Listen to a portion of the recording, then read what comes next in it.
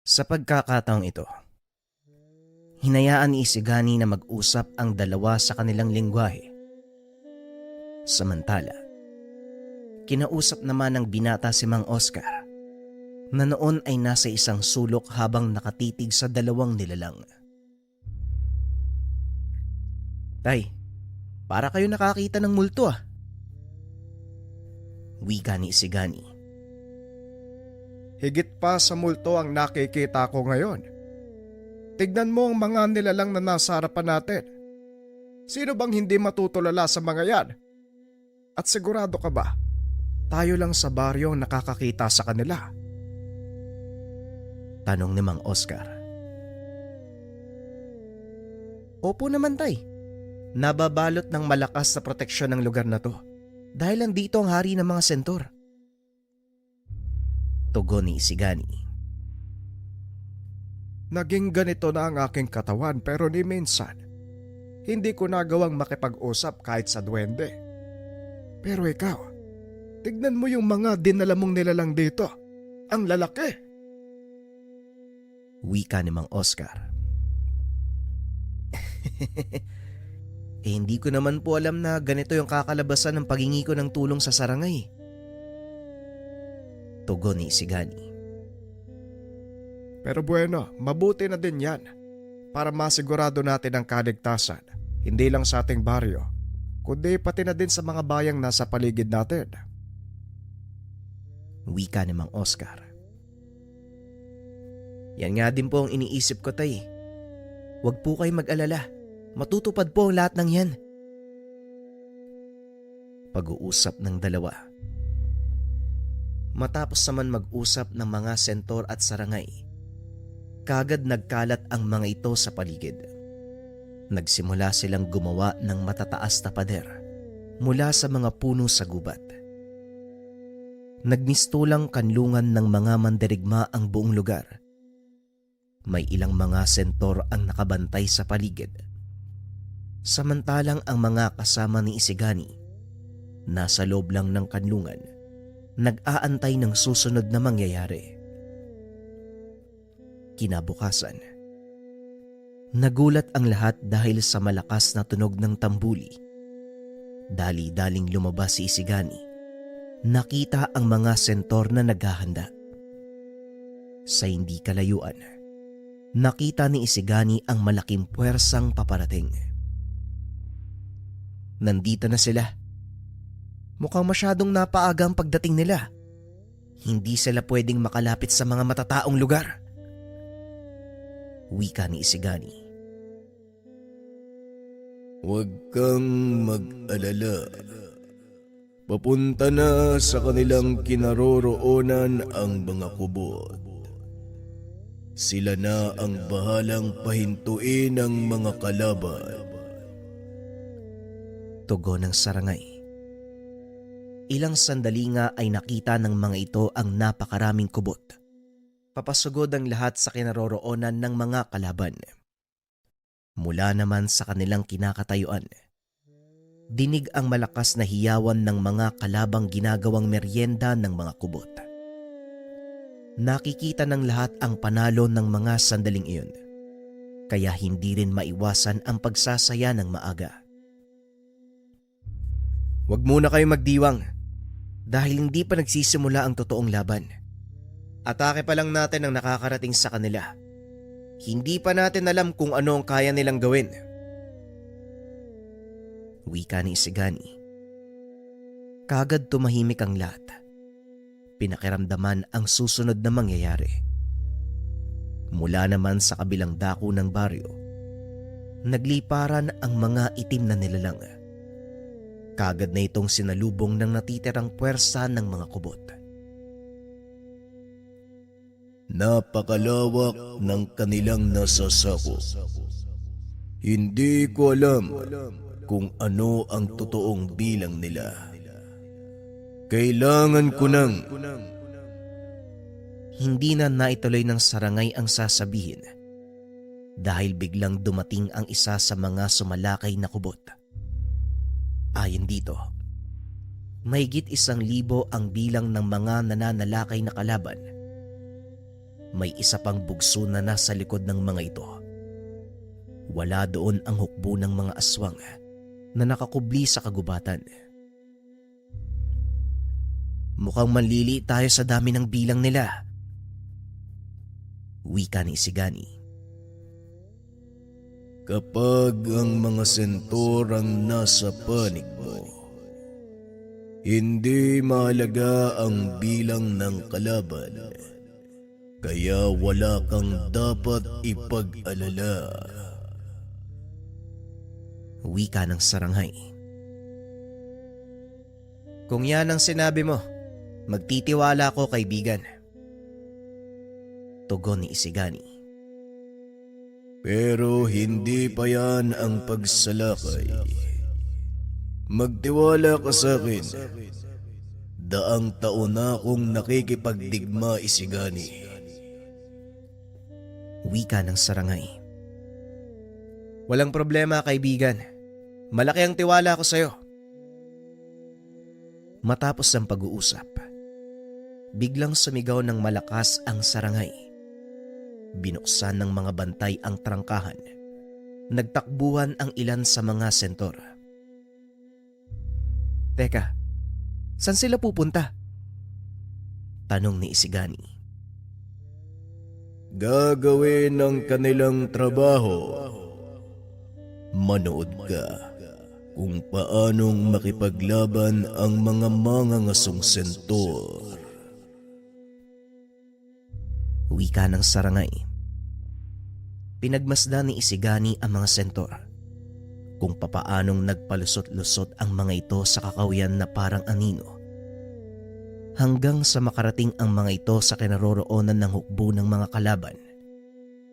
Laking gulat ni Isigani nang biglang magliparan ang mga ito. Nagsipag-atrasan ang unang bugso.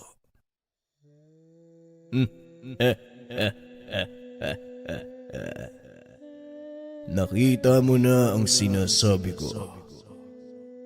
Ngayon mapipilitan silang umatras dahil hindi nila alam kung ano ang tumama sa kanila. Wika ng Saranghay. Ilang sandali pa nakita nga ni Isigani ang unti-unting pagkawala ng puwersa ng kalaban. Muli ding bumalik sa baryo ang ilang sentor na sumugod. Napag-alamang mga itim na engkanto ang pumanig sa mga aswang. Kailangan malaman to ni tatay. Maiwan muna kita, kaibigan. Wika ni Isigani. Kaagad nitong pinuntahan si Mang Oscar. Nagulat ang matanda dahil sa mga narinig.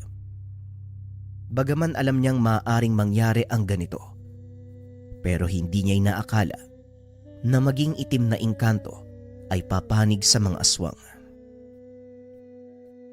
Ang mga itim na engkanto hindi sasali sa laban kung wala silang mapapala. Wika ni Mang Oscar. Yun din po ang iniisip ko. Alam ko ang ugali ng mga itim na engkanto at paniguradong merong ipinangako sa kanilang mga aswang. Tugon ni Isigani. Kung ano man yon, wala tayong alam. Kaya mas mabuti nang maging maingat. May kakaibang kakayahan ng itim na engkanto na maaaring hindi pa alam ng mga sentor. Wika ni Mang Oscar. Ano ang ibig mong sabihin, tay? Tanong ni Isigani. Hindi sila lalapit ng ganito sa atin. Gayong alam nila na malakas ang depensa kung hindi nila kayang pasukin. Tugon ni Mang Oscar. Pero paano sila makakapasok sa perpektong depensa ng mga sentor? Tanong ni Isigani. Walang perpektong depensa pagdating sa malaanay na kakayahan ng itim na engkanto. Kailangan balaan natin ang mga sentor. Wika ni Mang Oscar. Dali-daling tumakbo si Isigani papunta sa Sarangay at sinabi ang impormasyon ng kanyang ama. Napagtanto din namin ang bagay na yan. Kaya nakahanda na ang ilan sa ating mga kasamang sentor. Sabihan mo ang mga manggagamot. Wika ng Sarangay. Kagad kinausap ni Isigani ang mga kasama. Ipinaalam ang plano ng mga sentor. Matapos kausapin ang mga nakakatanda, agad nilang iniwanan ang ginagawang kuta. Unti-unting lumapit sa kinaroroonan ng kalaban. 2 ibon sa isang bato ang plano. Palapit tayo sa kanila nang hindi nila nalalaman. Kasabay nito, wala silang madadatnan sa kuta. Sa oras na makapasok sila sa mga pader, saka palang papasok ang ating hukbo para tapusin sila sa loob ng pader na ginawa natin. Wika ng Sarangay. Pinanood ni Isigani ang sinasabing plano ng Sarangay. Nanlaki ang mga mata nito nang biglang makita ang mga nilalang sa loob ng kanilang kuta. Dumaan ang mga ito sa ilalim ng lupa. Malakas ang pang-amoy at pandama ng mga sentor. Kaya naman nalaman nila ang kinaroroonan ng paparating na kalaban. Wika ng Sarangay. Pinasok ng mga kalaban isa-isa ang mga tahanan upang tignan kung may mga naiwan. Ngunit wala na silang naabutan at nang makapasok na silang lahat, bigla namang naglabasan ang mga kubot. Pinagkakain ang mga kalaban. Halos maduwal si Isigani nang makita kung paanong kinain ng mga kubot ang kalaban. Nilikop nila gamit ng pakpak ang katawan ng mga itim na engkanto. Nang bitawan ay puro kalansay na ang mga ito. Nagpumiglas ang mga kalaban, ngunit wala ring nagawa ang mga ito. Dahil sinara mula sa labas ang trangkahan ng kuta, hindi na din sila makakabalik sa ilalim ng lupa kung saan sila dumaan dahil naroon na din ang ilan sa mga sentor. Ito ang pinakakinakatakutan ni Isigani tungkol sa mga kubot. Dahil sa oras na mayapos ka nila, siguradong buto na lamang ang matitira sa'yo. Ngayon, may duda ka pa din ba sa kakayahan ng ating mga kasama? Ang haharapin na lang natin ay ang mga aswang. Mula dito, maiiwan na ang mga sentor para magbantay sa kuta. Tayo na ang haharap sa mga aswang.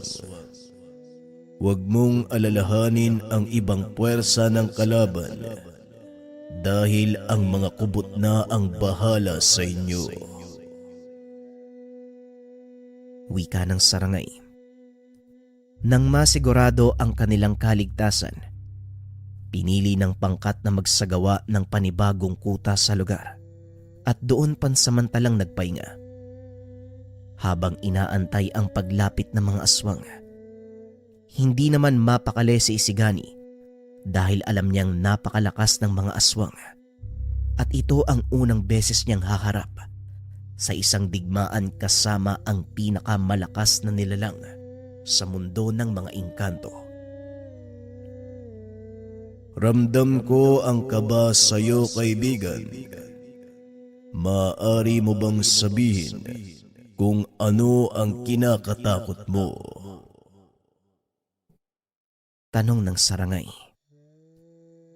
Hindi ako natatakot para sa sarili ko, Sarangay, kundi para sa mga kababaryo ko. Hindi malinaw ang kakalabasan ng laban na to. Hindi ako sigurado kung kakayanin ko bang lampasan ang laban. Isa akong mahinang nilalang kaibigan. Ni sa inagap hindi ko naisip na aabot ako sa puntong ito kung saan aasa sa akin ang mga kababaryo ko. Tugon ni Isigani. Nakaupo lang ang dalawa habang pinagmamasdan ang mga sentor na pabalis. Tapos na ang kanilang tungkulin sa lugar. Kung minsan, ang takot ay bunga lang ng ating isipan. Kung wagas ang adhikain mong makatulong, iwaksi mo ang takot dahil isa ito sa mga maaaring humadlang sa iyong pag-usad. Hindi lang sa labang ito isigani, kundi sa pang-araw-araw na buhay. May kabutihang maidudulot ang takot, ngunit mas madalas, negatibo ang dala nito sa lahat. Normal ang takot dahil sa pamamagitan nito, nalalaman mong hindi ka pa rin tinatakasan ng iyong pagkatao. Pagpapaliwanag ng sarangay. Ilang sandali pa ay dumating si Tomas, kasama ang ilan sa mga kababaryo. Ayon dito, paparating na ang pangkat ng mga aswang sa pamumuno ng isang nagngangalang Darius. Kilala ko ang taong yun, Isigani. Minsan na siyang nakaharap ni tatay. At kung hindi lang nakatakas si tatay, malamang wala na siya ngayon eh. Malakas ang nilalang na yan, kaya mag-iingat ka, Isigani. Wika ni Tomas. Ayon pa sa ilang kasamahan, marami na ring napinsala ang pangkat ni Darius. Hindi lang pagkain ang habol nila sa isang lugar, kundi ang mga bertud at kakayahan na pwede nilang makuha. Hindi rin aksidente ang pagkatuklas nila sa baryo nila Isigani. Sinadya nilang tunguin ang lugar upang lipunin ang mga nakatirang bertudes at kunin ang mga kakayahan. Ang isang malakas na aswang, paniguradong may malakas na kasangga. Dahil hindi sila maglalakas ng loob na sumalakay sa isang baryong puno ng albularyo kung wala silang sinasandalan. Wika ng sarangay. Wala na tayong magagawa. Nandito na tayo eh. At isa pa, kung hindi natin sila haharapin, marami ang mapapahamak. Tugon ni Isigani. Kailangang mailayo sila sa lugar na ito, Isigani. Hanggat maaari, huwag nilang makakasalamuha ang ilan sa mga kababaryo mo. Dahil sa bawat bertud na makukuha ng mga aswang, paniguradong lakas ang madadagdag sa kanila. Muling wika ng sarangay. Pero anong pwede nating gawing kaibigan? Wala akong alam sa lugar na maaaring pagdalan sa mga kalaban. At isa pa, huli na ang lahat para iligaw sila. Tugon ni Isigani.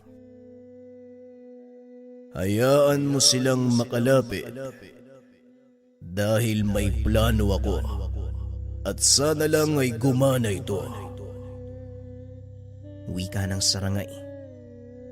Ilang sandali pa nakita na nila ang napakaraming kalaban. Sa kalagitnaan ng mga ito, isang lalaking may mahabang buhok. Kinumpirma ni Tomas na ang lalaking iyon walang iba kung hindi si Darius. Nagtipon-tipon ang ilan pang kasamahan, kasama si Tatang Jonas at ang kanyang ama na si Mang Oscar. Mukhang ito na ang magiging una't huling laban natin, Isigani. Gayunpaman kahit ano mangyari, gusto kong sabihin sa iyo na masaya akong nakasama ka sa laban. Wika ni Tatang Jonas. Ganon din ako, Manong. Ikinagagalak ko makasama ang isa sa mga taong nagturo sa akin ng lahat. Tugon ni Isigani. Kaagad naglakad ang sarangay papunta sa unahan ng binata at nagsalita. Hindi ito ang oras para magpaalam. Maganda kayo dahil papalapit na ang mga kalaban. Wika ng sarangay. Mula sa kinakatayuan nila, rinig na ang angil at alulong ng mga kalaban. Nagsipagbunot din ng itak ang mga kasamahan ni Isigani habang inaantay ang pagdating ng unang bugso ng kalaban. Nagliparan sila sa himpapawid. Kaagad naman itong sinalubong ng grupo nila Tatang Jonas. Isigani, gawin niyo ang susunod na plano. Kami na ang bahala dito. Wika ni Tatang Jonas. Kaagad nang inaya ng sarangay si Isigani papunta sa kabundukan na ipinagtaka naman ng binata. Bakit tayo pupunta sa kabundukan mo? Tanong ni Isigani habang nasa kalagitnaan ng pagtakbo. Mas madaling makipaglaban sa teritoryo ko, Isigani. Naranasan niyo ang makipaglaban sa akin sa lugar na yon. Kaya dapat alam mo kung gaano kalaki ang magiging lamang kapag nagawang madala ang mga aswang sa lugar. Tugon ng sarangay. Naisip ni Isigani ang mga mangyayari nung sinugod nila ang sarangay upang kunin ang sungay. Kaya naging madali ang karanasan nila sa lugar. Magandang ideya nga yan, kaibigan. Pero paano natin sila papasunurin dito? Tanong ni Isigani. Sigurado kung susunod sila sa atin dahil sa tangan mong sungay. Tugon ng sarangay. Napalingon si Isigani sa mga naiwang kasamahan na noon ay nakikipagsagupaan na sa unang bugso ng mga kalaban. Napansin ni Isigani na naghati ang pangkat ng mga ito. Ang ikalawang pangkat, patungo na sa kanilang kinaroroonan. Mukhang gagana ang plano mo, kaibigan. Paparating na sa kinaroroonan natin ang ikalawang pangkat. Wika ni Isigani. Kaagad nilingon ng sarangay ang kinaroroonan ng mga kalaban. Napansin ang malaking pangkat na papasugod sa kanilang lokasyon. Magmadali ka. Kailangan nating makarating ng mabilis sa aking teritoryo. Tugon ng sarangay. Hindi na kalayuan ang teritoryo nito. Kaya lalo pa nilang binilisan ang paglalakad. Ngunit sa kasamaang palad, nagawa silang abutan ng ilan sa mga tauhan ng kalaban. Kinuyog ng mga ito ang sarangay, ngunit nagawa naman sila nitong hawiin, gamit naman ang bertud ng sungay ng sarangay.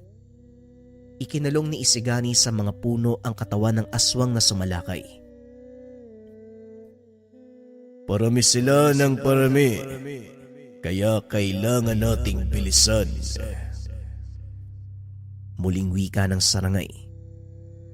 Mabilis namang tumakbo si Isigani papasok sa kagubatan ng sarangay. Pagkarating sa teritoryo nito, kaagad na balot ng alapaap ang paligid. Walang ibang nakikita ang binata kung hindi ang makapal na usok. Nasaan ka, sarangay? Anong nangyayari? Tanong ni Isigani. Huwag kang matakot. Bahagi ito ng aking teritoryo. Ito ang pangunahing proteksyon na kailangan nilang pagdaanan bago sila umabot sa ikalawa kong depensa. Hindi man natin sila magagawang ubusin, pero alam kong mababawasan natin ang bilang nila sa tuwing dadaan sila sa 6 na pagsubok naming mga sarangay. Tugon ng sarangay.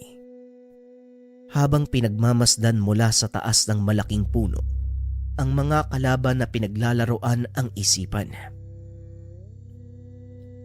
Natatandaan ko yung hamog na to . Dito kami kamuntikang magkapatay ng kaibigan ko. Wika ni Isigani. Ang hamog na ito ay mapanlinlang. Ipapakita sa iyo kung ano ang bagay na kinakatakutan mo. Isang nakakamatay na ilusyon na tanging sila lang din ang may hawak ng susi upang makawala sa ilusyon na yan. Pag-uusap ng dalawa habang pinapanood ang mga aswang na nagpapatayan. Ilang sandali pa ang nakalipas ay tuluyan ng humupa ang hamog. Nakita ng binata ang walang buhay na katawan ng ilan sa mga kalaban. May ilang nakalampas sa hamog. Nakagad din namang pinagpapapatay ng dalawa. Kahit papano, nagawa natin silang mabawasan. Pero hindi pa tapos ang laban dahil buhay pa ang pinuno nila. Hindi siya titigil hanggat hindi nagtatagumpay. Wika ni Isigani. Alam ko, kaibigan, at ang ikalawang pagsubok sa aking teritoryo ang siyang magpapalabas ng kanilang totoong intensyon. Tugon ng sarangay. Bumaba ang dalawa sa punong pinagtataguan upang tumuloy sa ikalawang bahagi ng teritoryo. Samantala, sa panig naman nila Tatang Jonas, nagawa na nilang ubusin ang mga kalabang naiwan. May ilang sugatan sa kanilang panig na kagad din namang ginamot ni Mang Oscar. Sana lang magtagumpay sina Isigani sa kanilang misyon. Alam kong hindi madali ang pagdadaanan ng anak ko. Kaya naman gawin natin ang lahat upang kahit papano makatulog. Wika ni Mang Oscar sa mga kasamahan. Tama ka, Manong Oscar. Malaking sakripisyo ang ginawa ng iyong anak at hindi natin pwedeng baliwalain. Tugon ni Jonas. Dahil wala ng mga kalaban sa lugar, nagtayo sila ng depensa sa paligid. Sinimula ng panggagamot sa mga sugatan. Balik tayo sa kinaroroonan nila Isigani. Ang ikalawang bahagi ng teritoryo ng sarangay, isang uri ng lugar kung saan mapipilitan kang ipakita ang totoong nilalaman ng iyong puso. Muling naalala ni Isigani ang naging reaksyon ng kaibigan nang makita nito ang mga aswang na pinagdadaanan ang parehong pagsubok ng katatagan. Kagaya ng naunang pagsubok, nagpatayan din ang mga kalaban dahil sa pansarili nilang mga interes. Sa ikalawang pagsubok, ipinakita sa mga ito ang kanilang kahinaan at yon ay ang bertud ng sarangay. Nagpaunahan ang mga ito na kunin ang bertud at ang bawat isa sa kanila bumabagsak sa pagsubok. Ang kahinaan ng tao ay ang pagiging makasarili, lalo na kung kapangyarihan ang pinag-uusapan. Ito ang isa sa pinakamapanganib na ugali ng mga mortal dahil handa silang makipagpatayan, makamit lamang ang kanilang ambisyon. Ang ipinagtataka ko lang, ng mga sandaling kayo ang humarap sa pagsubok, ni hindi ka man lang natinag. Wika ng sarangay. Ang dahilan ko sa pagpunta dito hindi para sa kapangyarihan, kundi karagdagang kaalaman. Bagaman nabigo si Luna kahit papano, nagawa nitong maunawaan ang konsepto ng pagsubok sa lugar na to. Muling pag-uusap ng dalawa. Nagpatuloy ang ginawa nilang panlilinlang sa kalaban hanggang sa tuluyang kumonte ang kanilang bilang. Nang mga oras na yon, tanging 4 na matataas na uri ng aswang ang naiwan. Kaya nagpa siya si Isiganing harapin ang mga ito. Pasensya na, pero hindi kita papayagang lumaban mag-isa. Hindi biro ang taglay na lakas ng mga yan dahil na din sa kanilang tangang gamit. Wika ng sarangay. Tama ka, kaibigan. Ito ang pangunahing nilang dahilan ng pagsalakay. Ang makuha ang bertud ng mga kasama ko sa baryo. Tugon ni Isigani.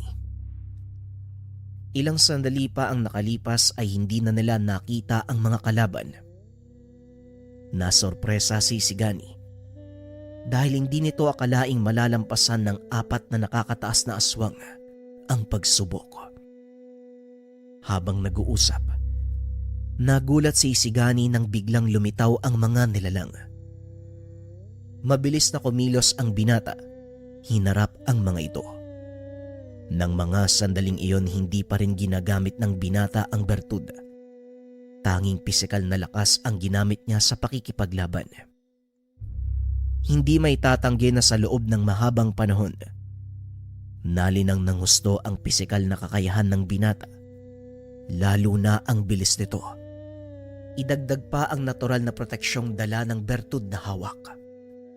Ibang-iba ang naging dulot nito sa kanya kung ikukumpara kay Luna. Naging mas malakas ang kapit na bertud. Nakipagtulungan ito sa kanya, bagay na labis namang ikinatuwa ng sarangay dahil napatunayan nito na hindi pang sariling interes ang dahilan ni Isigani. Ginamit nito ang kapangyarihan ng sungay upang unti-unting itayo ang kanilang nalulugmok na baryo. Napangiti ang sarangay habang pinagmamasdan ang binatang makipaglaban. At sa kalagitnaan ng bakbakan, dumating ang pinuno ng mga aswang. Bigla nitong sinugod si Isigani, dahilan para tumalsik ng malayo ang binata, at medyo natagalan ito bago makatayo. Dali-daling tumakbo ang sarangay upang protektahan ito. Nang makita ni Darius ang nilalang, tumawa ito ng malakas na parang nangungutya. Tignan mo nga naman.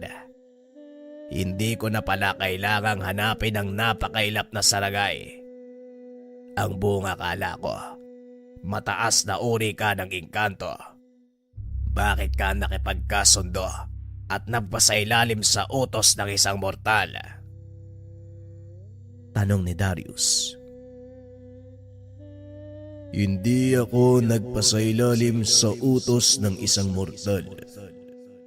Ipinakita ng binatang ito na karapat dapat siyang maging kaibigan ng isang kagaya ko at handa kong protektahan siya kahit buhay ko pa ang kapalit. Tugon ng sarangay. Sa makatuwid, naging gabay ka ng walang kwentang manggagamot na to. Kaya naman pala malakas ang loob ng mga taga-baryo na harapin kami. Pero hindi naman siguro lingid sa kalaman mo ang aking kakayahan sa nagaya. Muling wika ni Darius. Nang mga sandaling iyon, nagpakita ang isang figura ng nilalang. Nakatayo ito sa likod ng kalaban. Laking gulat ni Isigani dahil nang magkamalay ito. Nasipat niya ang malaking anino. Unti-unti itong nagkaroon ng hubog. Teka, demonyo. Demonyo ang gabay ng aswang na yan. Tanong ni Isigani. Oo, Isigani. Isang makapangyarihang demonyo ang gabay ng aswang na ito. Kaya naman gano'n na lang ang ipinakita niyang lakas ng loob sa pagharap sa akin. Tugon ng sarangay. Unti-unting tumayo ang binata upang harapin si Darius. Naglabas ng sandata ang nilalang na kasama nito. Isang malaking sibat na may 2 talim. Alam kong nagugulat ka sa mga nangyayari, binata. Hindi lang ikaw ang nagtataglay ng kakaibang lakas. Kaya kung ako sa'yo, huwag mo nang pahirapan pa ang sarili mo. Wala ka nang magagawa. Kaya isuko mo sa akin ang hawak mong bertud. Pag ako, bibigyan kita ng pagkakataong maglingkod sa ilalim ng pamumuno ko. Wika ni Darius. Nagpapatawa ka ba? Bakit naman ako makikipagkasundo sa isang kagaya mo?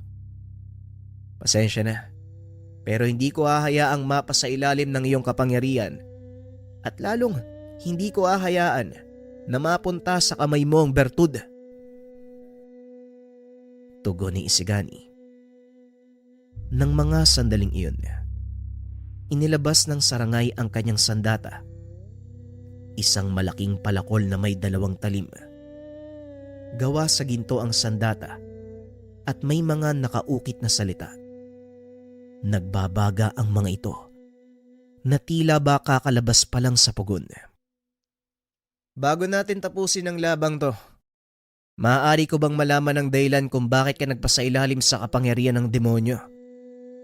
Ang alam ko, kayong matataas na uri ng aswang, may katumbas na kapangyarihan ng mga pinanubol. Kaya nagtataka ako kung para saan ang pakikipagkasundo nyo sa nilalang. Tanong ni Isigani. Simple lang ang dahilan. Kapangyarihan. Nais kong maging malakas. Nang sa ganon magawa kong pasunurin ang mga kalahi ko at pamunuan ang aking angkan. Ang mga kasama ko, tila gutom na lobo pagdating sa usaping pamumuno. Pinag-aagawan nila ang pwestong ito at ang ilan sa kanila, nag-aantay na lang na humina ako ng tuluyan para maagaw nila ang aking kapangyarihan. Pagpapaliwanag ni Darius, alam ni Isigani ang likas na ugali ng mga aswang. Walang pinagkaiba ang mga ito sa lobo. Naunawaan ko ang sinasabi mo, ngunit ang hindi ko maintindihan kung bakit sa demonyo ka humingi ng tulong. Tanong ni Isigani. Sila ang pinakamabilis lapitan. Ilang beses na akong humingi ng kapangyarihan mula sa mga elemento, pero hindi nila ako dininig. Tugon ni Darius. Isigani, walang kwenta ang pakikipag-usap sa taong nabubulagan ng pagiging hayok sa kapangyarihan. Kung tungkol naman sa mga gabay, maraming uri ng nilalang ang maaaring maging gabay ng isang tao. Ngunit iilan lang ang nagkakamit ng matataas na uri ng elemento. May ilan ding nagkakaroon ng mga divinong gabay, tulad ng mga anghel na siyang pinakamataas sa lahat. Pagpapaliwanag ng Sarangay. Tama ang kaibigan mo, binata. At yung tinatawag mong kaibigan ay isang uri ng mataas na celestial. Ito ang dahilan kung bakit ko inangad ang kanyang sungay. Wika ni Darius. Napalingon si Isigani sa kaibigan na noon ay tutok na tutok sa kalaban. Napansin din nito ang tatak na nasa sandata ng Sarangay, kaya naman hindi nito maiwasang magtanong. Ang simbolong nasa sandata mo, Sarangay, isang uri ng marka mula sa kalangitan, tama ba? Tanong ng binata. Ngunit hindi ito tuwirang sinagot ng Sarangay. Tama ka, kaibigan.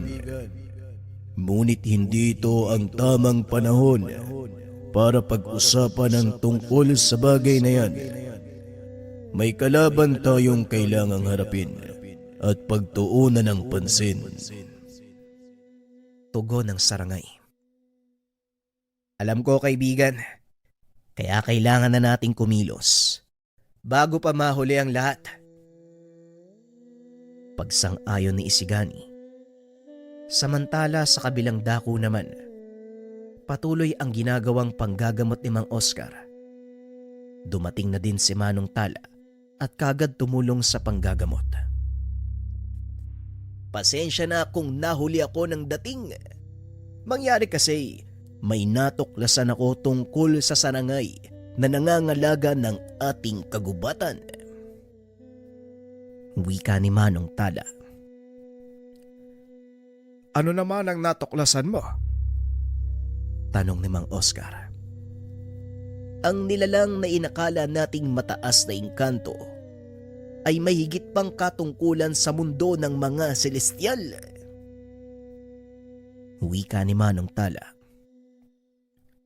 Ang sarangay na nangangalaga ng ating kagubatan, ang pinakamataas na engkantong nakatira dito sa ating mundo. Kaya nagtataka ako kung anong ibig mong sabihin, Manong. Tanong ni Tatang Jonas. Nagtipon-tipon ang mga matatanda upang pakinggan ang dating pinuno ng baryo. Ang sarangay na inyong nakakasalamuha, hindi isang pangkaraniwang engkanto. Oo, mataas na uri ng nilalang ang isang ito. Ngunit hindi lang doon nagtatapos ang lahat. Nakahanap ako ng kasulatan upang patunayan ang totoong pagkakakilanlan ng nilalang na ito. Wika ni Manong Tala. Sabay lapag ng isang lumang tabletang gawa sa bato. Nakasaad sa tabletang iyon ang ilang larawang inukit tungkol sa nilalang mula sa kalangitan. May malapad na 4 na pakpak, 3 ulo at nakasuot ng gintong baluti. Inilarawan din sa tableta ang kakayahan at antas ng kapangyarihan nito. Bagay na labis namang ikinagulat ng lahat ng mga nakakatanda. Mabaging langit.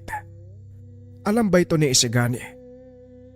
Kaya pala ganun na lang ang tinanggap na kaparusahan ni Luna dahil sa pagkuha ng sungay nito. Isang banal na nilalang ang sarangay. Wika ni Mang Oscar. Duda kung alam ni Isigani ang totoong kapangyarihan ng kanyang kaibigan.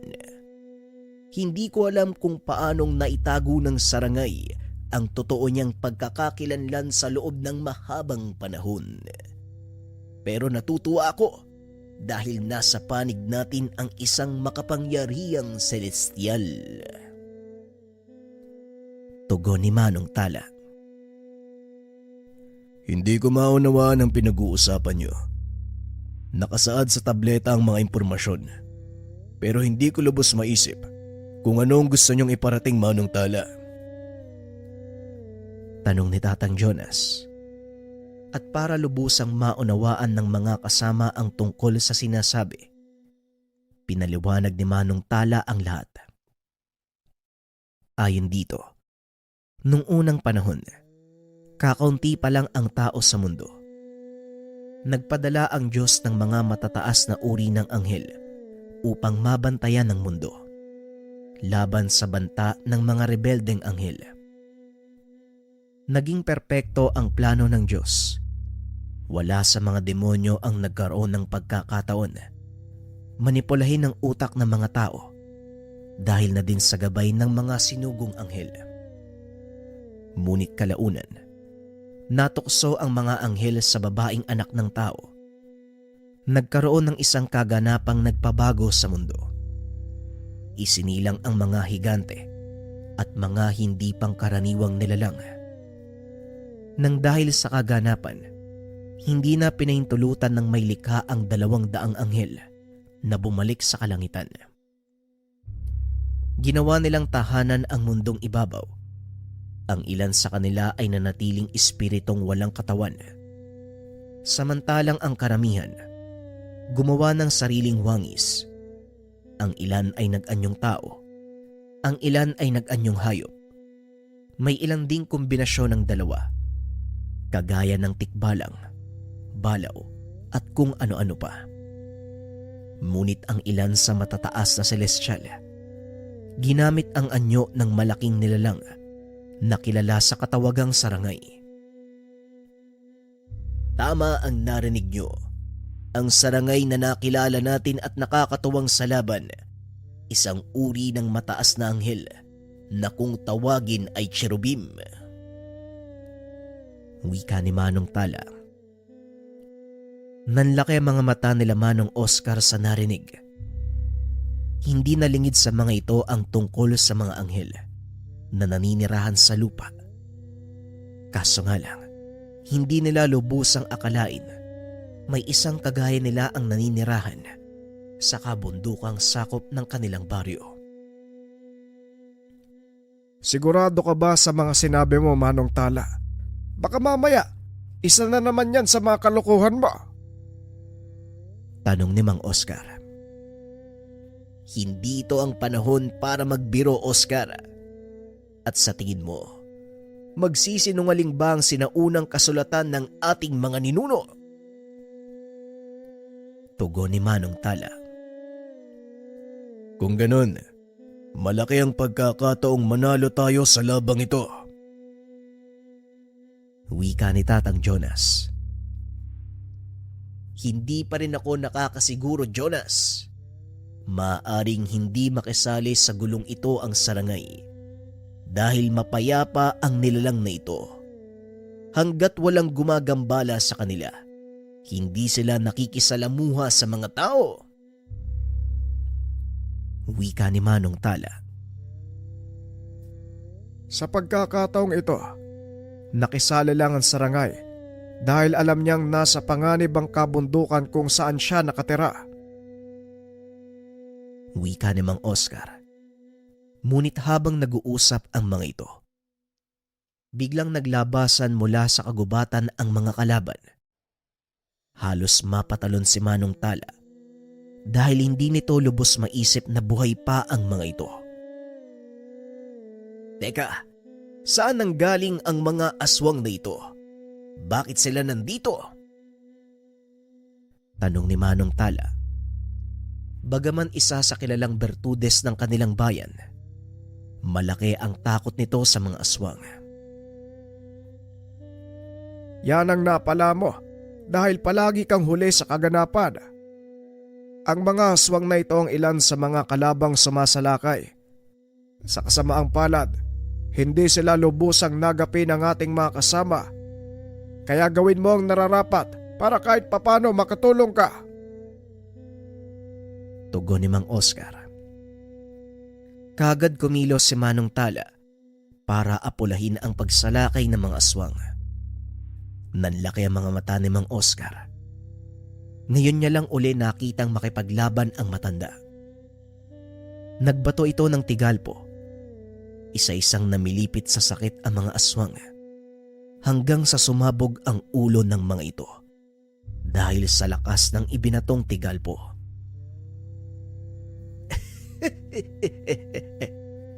Ngayon lang ako muling nakapaglaro ng ganito. Nakalimutan ko na ang pakiramdam. Wika ni Manong Tala. Hindi naman nakapagsalita ang mga kasama dahil nakalimutan din nilang ganong kalakas ang matanda. Parang hindi kayo tumanda, Manong Tala. Hindi ko akalaing may tinatago ka pang ibang lakas. Wika ni Mang Oscar. Pisikal na katawan lang ang tumatanda at hindi ang kaalamang nakatago sa aking isipan. Kung kaya niyong lumaban, bilisan niyo nang makatulong tayo kay Isigani. Wika nito. Dali-daling tumakbo ang matanda papunta sa kinaroroonan nila Isigani. Ngunit malayo pa lang ay hindi na nila magawang tumuloy dahil sa pananggalang na nakabalot sa paligid. Mukhang hanggang dito na lang tayo. Malakas ang pananggalang na nakabalot sa lugar. Hindi tayo maaaring makisali sa laban ni Isigani at Hindi na naituloy ng matanda ang sasabihin. Dinugtungan nito ni Manong Tala. Teka, si Darius ba ang taong yan? Wika ni Manong Tala. Oo, Manong. Walang iba. Si Darius ga. Walang ya. Buhay pa pala ang aswang na yan. Sa kasamaang palad, Manong, mukhang nakaligtas si Darius mula sa parusa niyo noon. Wika ni Darius. Pasalamat siya at hindi ako makapasok sa pananggalang na ginawa ng sarangay. Kung hindi, makakatikim na naman sa akin ang ambisyosong aswang na yan. Tugon ni Manong Tala. Hindi pa din nagbago ang kagustuhan ni Darius. Nagangad pa din ito ng malakas na kapangyarihan. Pag-uusap ng dalawa. Habang pinapanood ang salpukan nila Isigani at Darius, namangha ng gusto si Manong Tala sa ipinapakitang kakayahan ng kanyang mag-aral. Hindi nito lubos akalain na aabot sa puntong iyon si Isigani. Alam niyo bang 2 beses na mas malakas si Darius kung ikukumpara kay Isigani? Pagdating sa karanasan, malaki din ang lamang nito. Pero tignan mo ang anak mo, Oscar. Nakikipagsabayan na parang magkasing antas lang sila ng kalaban. Wika ni Manong Tala. Maging si Mang Oscar, hindi makapaniwalang ganun na kalayo ang narating ni Isigani. Ang kaisa-isang bertudes na hindi sumasali sa mga subukan. Ngayon ay nakikipagsabayan sa isang aswang na may antas ng gabunan. Magaling binata. Hindi ko akalaing may ganito kang lakas. Naaliw ako. Kaya pagpatuloy mo lang ang ginagawa mo. At siguraduhin hindi mo ako bibiguin. Wika ni Darius habang paulit-ulit na sinusuntok ni Isigani. Patuloy lang na sinasangga ng binata ang mga atake ng kalaban. Huwag kang mag-alala dahil hindi ka mababagot sa laban na to. Sisiguraduhin ko na hindi ka magkakaroon pa ng pagkakataong maramdaman yon. Tugon ni Isigani. Sabay talon pa itaas. Bumulusok ito pa ibaba habang nakaumang ang kamao sa kalaban. Isang malakas na bugso ng enerhiya ang pinakawalan ng binata. Nang tamaan ito sa muka ang kalaban, halos bumaon sa lupa ang ulo ni Darius. Nagsipagtalo na naman ang mga kasamahan mula sa labas ng pananggalang na parang nanonood ng isang palaro. Muling bumangon si Darius. Mula naman sa ibaba ay sinugod ito ni Isigani. Isang malakas na sipa ang sinalubong nito sa binata. Tinamaan sa sikmura si Isigani. Pero dahil sa proteksyon ng sungay ng sarangay, hindi nito ininda ang sakit. Bagaman tumalsik ang binata, hindi naman ito nagtamo ng pinsala sa katawan. Bagay na labis na ikinagulat ni Darius dahil napakabilis gumaling ng mga sugat ni Isigani. Anong mahika ang ginawa mo? Napakabilis ng paggaling ng pinsala mo sa katawan. Pero teka, bakit nga ba ako nagtatanong? Alam ko namang hindi mo ko sasagutin. Walang problema dahil hindi ka na magtatagal pa. Wika ni Darius. Kagad tumayo si Isigani. Dumampot ng malaking kahoy at mabilis na tumakbo papunta kay Darius. Sabay hampas ng hawak sa likod nito. Sa sobrang lakas ng pagkakahampas, napulbos ang hawak nitong sanga. Lalo namang nanggalaiti sa galit si Darius dahil sa ginagawang panggugulpe sa kanya ng binata.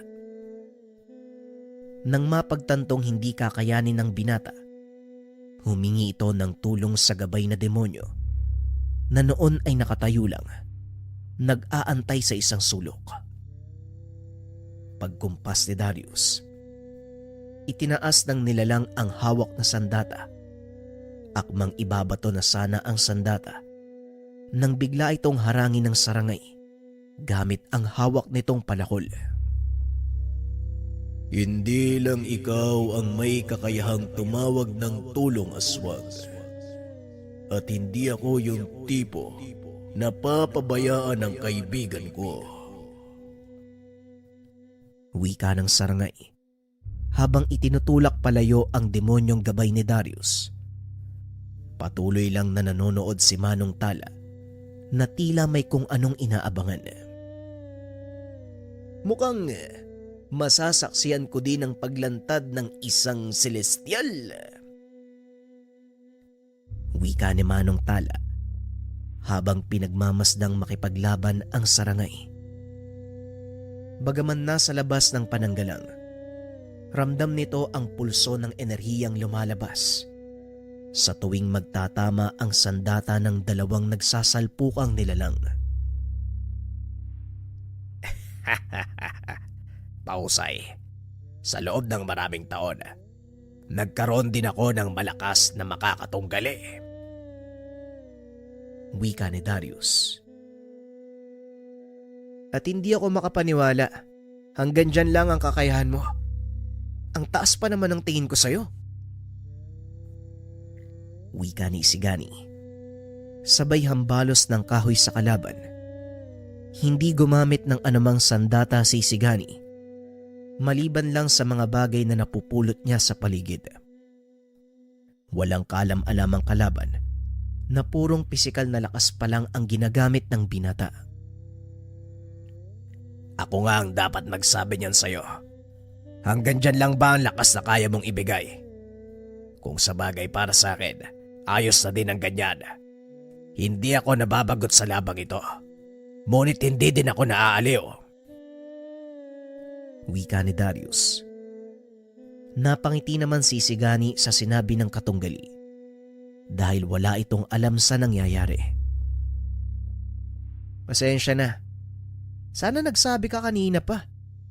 Dahil pisikal na lakas lang ang ginagamit ko.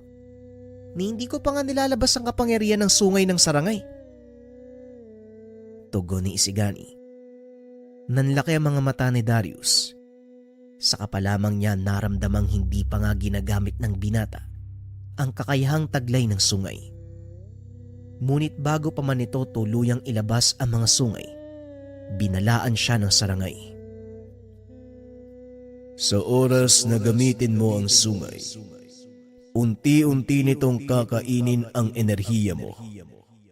Para kang kandilang unti-unting nauupos.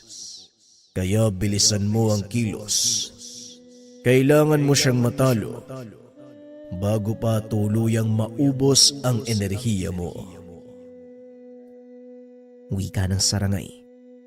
Ngunit sa kabila ng babala ng kaibigan, tinuloy pa din ni Isigani ang paggamit sa sungay.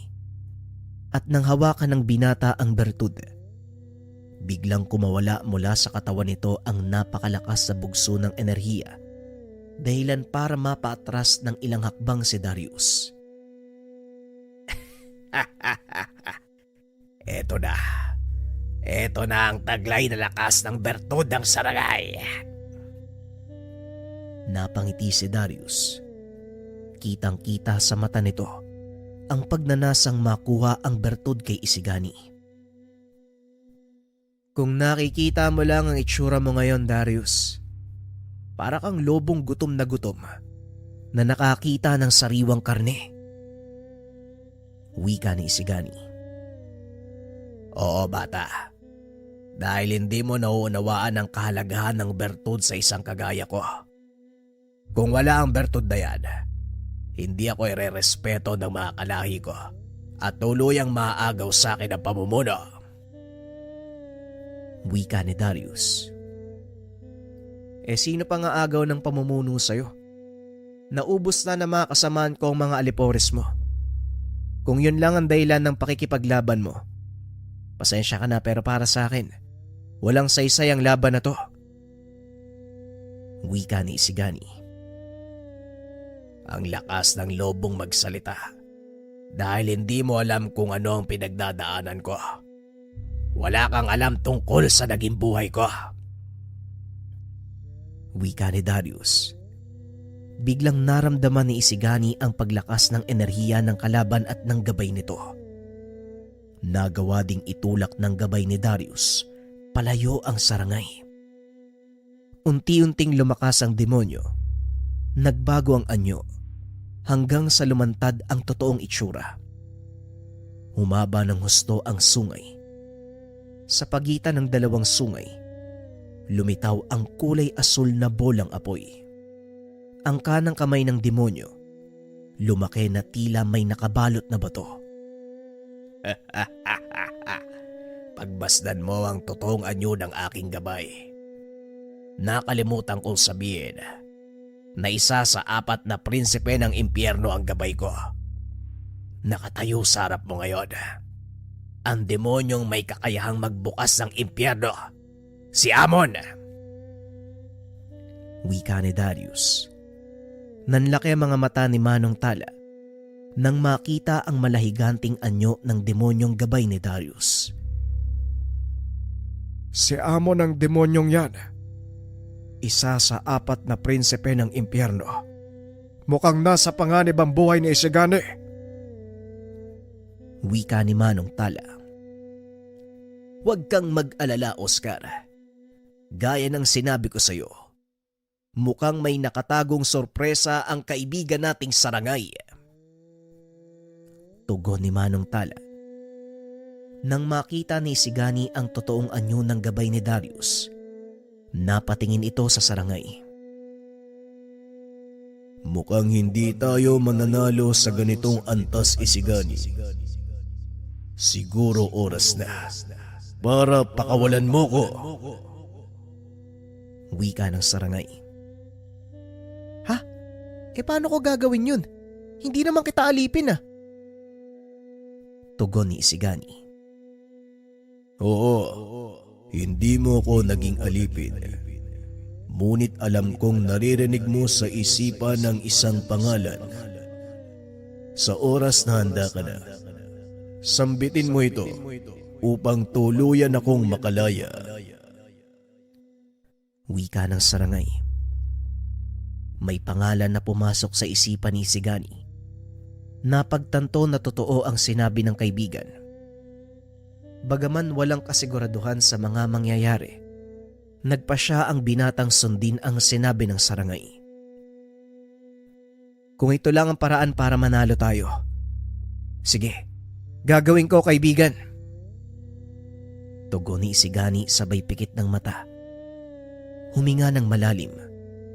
Mula sa kanyang puso, sinambit ang pangalan. Armayas! Matapos niya itong sambitin, biglang napangiti ang Sarangay. Naglabas ng malakas sa bugso ng enerhiya, dahilan para tumilapon ang mga nilalang. Maging ang pananggalang na nakabalot sa lugar ay biglang nakalas. Napatras din ng kaunti ang demonyong gabay ni Darius habang nanlalaki ang mga mata. Dahil hindi ito makapaniwala, isang cherubim ang nakakubli sa katawan ng isang mataas na uri ng engkanto. Pagtayo ni Manong Tala, hindi ito magkamayaw dahil sa nakikitang tanawin. Isang nilalang na may 4 na pakpak. May katawan ng tao. 3 ulo ng magkakaibang hayop ang tumambad sa kanya. Sinasabi ko na nga ba, isang cherubim ang Sarangay. Hindi na ako nagtataka kung bakit napakalakas nito. Tuwang-tuwa si Manong Tala dahil hindi nito lubos akalain na masasaksiyan ang pambihirang kaganapan. Sinong mag-aakala? May ganyang nilalang ang nagtatago sa ating bayan. Isang himalang pangyayaring ito. Ni sa inagap, hindi ko inaasaang mararanasan ko to. Wika ni Mang Oscar. Maswerte tayong lahat dahil nabuhay tayo para masaksiyan ang pagpapakita ng isang anghel ng Diyos. Tugon ni Tatang Jonas. Kanya-kanyang silip ang mga ito sa kinaroroonan ni Isigani at ng gabay nitong cherubim. Umangil ng malakas ang demonyong gabay ni Darius. Walang pagdadalawang isip na umatake. Naglabas ito ng kadena mula sa kanyang kamay. Pumalupot ito sa katawan ng cherubim. Sa palagay mo mananalo ang isang cherubim sa pinuno ng hukbo ng impyerno? Pasensya na bata, ngunit hanggang pangarap lang yan. Wika ni Darius. Pasensya na pero hindi yun ang nakikita ko. Pagmasdan mong mabuti ang susunod na mangyayari. Tugon ni Isigani. Dinampot ng cherubim ang sandata nito. biglang nakarinig ng malakas na ugong sa paligid ng lahat. Halos mabingi sila. Maging ang kalaban ay halos mabingi sa lakas ng ugong. Kinuha ng cherubim ang pagkakataon upang sumalakay. Hinataw nito ng ilang ulit ang kalaban hanggang sa tuluyang bumagsak. Muling tumayo ang demonyo at sa pagkakataong iyon gumamit ito ng atake gamit ang kanyang sandata. Kagad itong nasangga ng cherubim. Nakipagbuno siya. Samantalang si Isigani naman at Darius tuloy-tuloy sa paglalaban. Sa pagkakataong ito, unti-unti nang nararamdaman ni Darius ang hagupit ng mga atake ni Isigani. Hindi na nito magawang makatama, lalo pa nang bumunot ng itak ang binata. Binigyan kita ng pagkakataon kanina, Darius, pero hindi ka nakinig. Ngayon kailangan ko nang tapusin ang labang to. Wika ni Isigani sabay sugod sa kalaban. Ngunit kahit anong gawin ito, lubang malakas si Darius. Nagagawa nitong tamaan ng kalaban, ngunit maliit na pinsala lang ang kayang ibigay. Sa gitna ng laban, bigla na lang nanghina si Isigani na tila hinuhugot ang kanyang lakas. Nakita naman ito ni Darius. Kinuha ang pagkakataon para patamaan ang binata.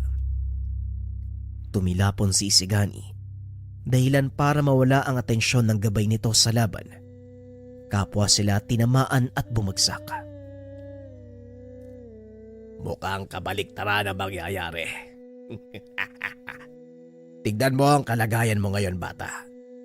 Hindi ikaw ang taong tatalo sa isang kagaya ko. Wika ni Darius habang naglalakad papunta sa kinaroroonan ng gabay na cherubim. Gaya ng sinabi ko sa'yo, unti-unting kakainin ng sungay ang iyong enerhiya at hindi na ganun kalaki ang oras na natitira. Kaya gawin mo na ang nararapat. Wika ng cherubim. Para naman kay Isigani ng mga sandaling iyon, wala na siyang pinanghihinayangan. Nakita na ng binata ang magiging wakas ng labang iyon. Alam niyang kamatayan ang sasapitin sa oras na kalabanin nito ng harapan ang isang gabu ng aswang.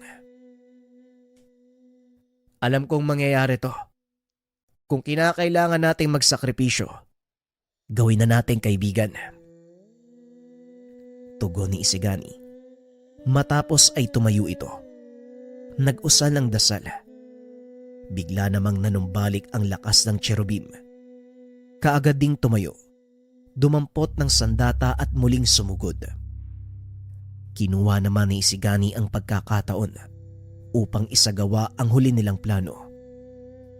Bumuo ng malaking pentagramo sa paligid upang itayo muli ang pananggalang.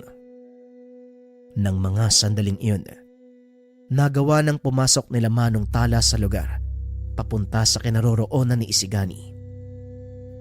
Nang makita nila ito, mabilis na tumakbo si Manong Tala at tinulungan si Isigani sa ginagawa. Pasensya na kung nahuli kami. Hindi naming magawang pumasok dahil sa ginawang pananggalang ng gabay mo. Ngayon hayaan mo sana akong makatulong sa pagbuo ng ritual. Wika ni Manong Tala. Masyadong abala si Darius ng mga sandaling iyon, kaya hindi nito napansin ang ginagawa ni Isigani.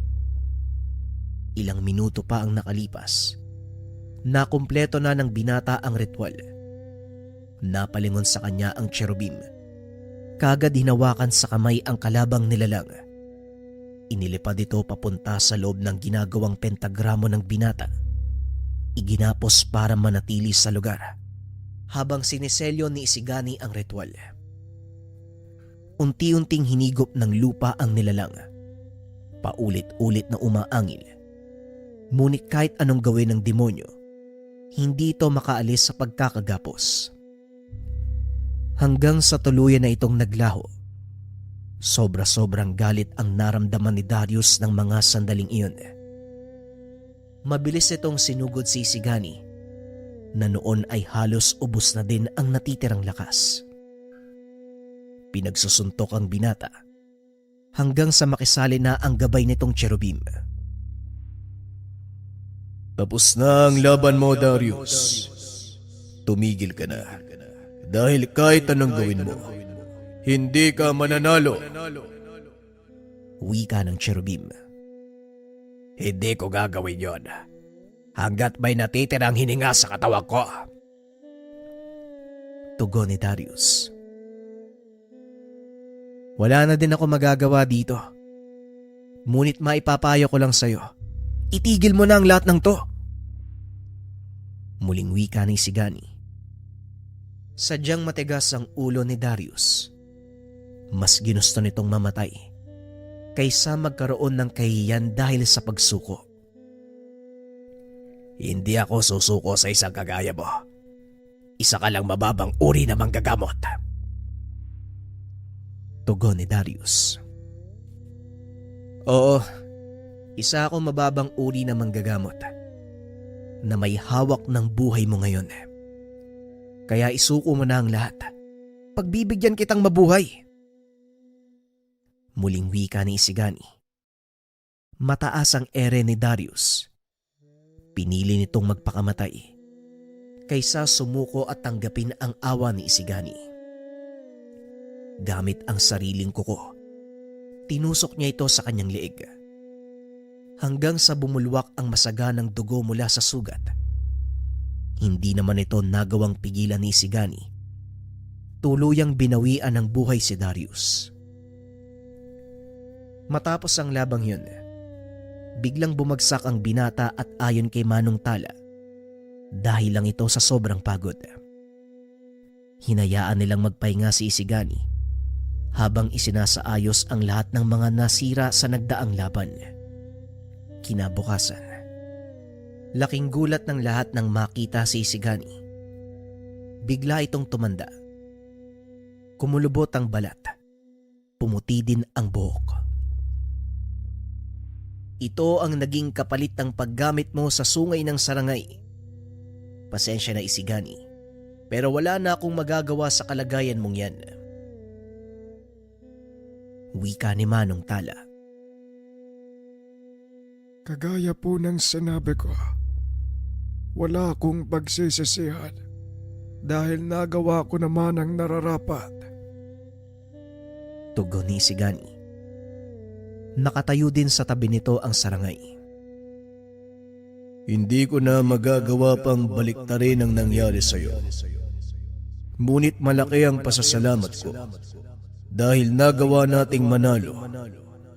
Masaya akong maging gabay mo, Isigani. Wika ng sarangay. Nawala ang kakayahan ni Isigani sa panggagamot. Ngunit dahil na din sa gabay nitong Celestial, nagagawa pa ring protektahan ng binata ang kanilang baryo. Sadyang hindi natin inaasahan ang mga pangyayari sa ating kapaligiran. Maging ang mga gabay, kadalasang mga engkanto o hindi kaya kaluluwa. Ngunit ang pinakamataas at pinakasagradong uri ng gabay, ibinibigay lamang sa mga taong karapat-dapat. Ang mga ito ay mga anghel. Bihira lang ang mga taong nagkakaroon ng ganitong gabay. Sila ang mga taong napatunayan ang kabutihang loob. Malinis na intensyon sa lahat ng mga ginagawa sa buhay. Sa paglipas ng panahon, patuloy na namuhay si Isigani sa ilalim ng pangalaga ng kanyang mga kaanak at kababaryo. Ganun na lang ang respeto ng mga ito sa kanya dahil sa ginawang kabayanihan noong mga panahong nasa kalagitnaan ng krisis ang kanilang baryo. Bagaman wala ng kakayahan sa pagpapagana ng mga dasal, marami pa rin ang nagpapaturo kay Isigani at rumispeto sa kanya. Sadyang hindi natin masasabi ang kapalaran ng isang tao. Kagaya na lang ng naging kwento ni Isigani at Luna. Nagsimula sa isang ambisyon na maging malakas. Kalaunan ay humantong sa malagim na kamatayan. Kaso nga lang, nagawa itong bawiin ni Isigani at ang taong tatahimik lang sa kanilang baryo ay hinirang bilang bayani. Sa kasalukuyan bagaman wala na si Sigani, patuloy pa ring inaalala ng mga kabaryo ang kabayanihang ginawa niya. Nakakalungkot lang dahil wala talagang nakakaalam kung ano ang nangyari. Ngunit may ilang nagsabi na isinama ito ng kanyang gabay papunta sa kabilang dimensyon. May mga usap-usapan din na namundok ito at hindi na muling nagpakita sa kapatagan. Sa kabila ng mga kuro-kuro, may ilang nagsasabi nakikita pa rin nila si Isigani naglalakad sa mga daan sa kagubatan. Ano man ang maging dahilan sa pagkawala nito, hindi naman mabubura ang kabutihang ginawa nito sa kanyang kapwa. Naway maitanim sa inyong isipan ang bawat aral sa kwentong ito. Ang pagtatanim ng kabutihan sa puso ng kapwa at pagiging mapagkumbaba. Naway nagustuhan ninyo ang kwento nang minsang pangarapin ni Luna ang lakas ng sungay at makuha nila ang bertud sa sungay ng Sarangay. Maraming salamat sa pakikinig ng ating kwento mga kabayan. Sobrang solid ng storya na to.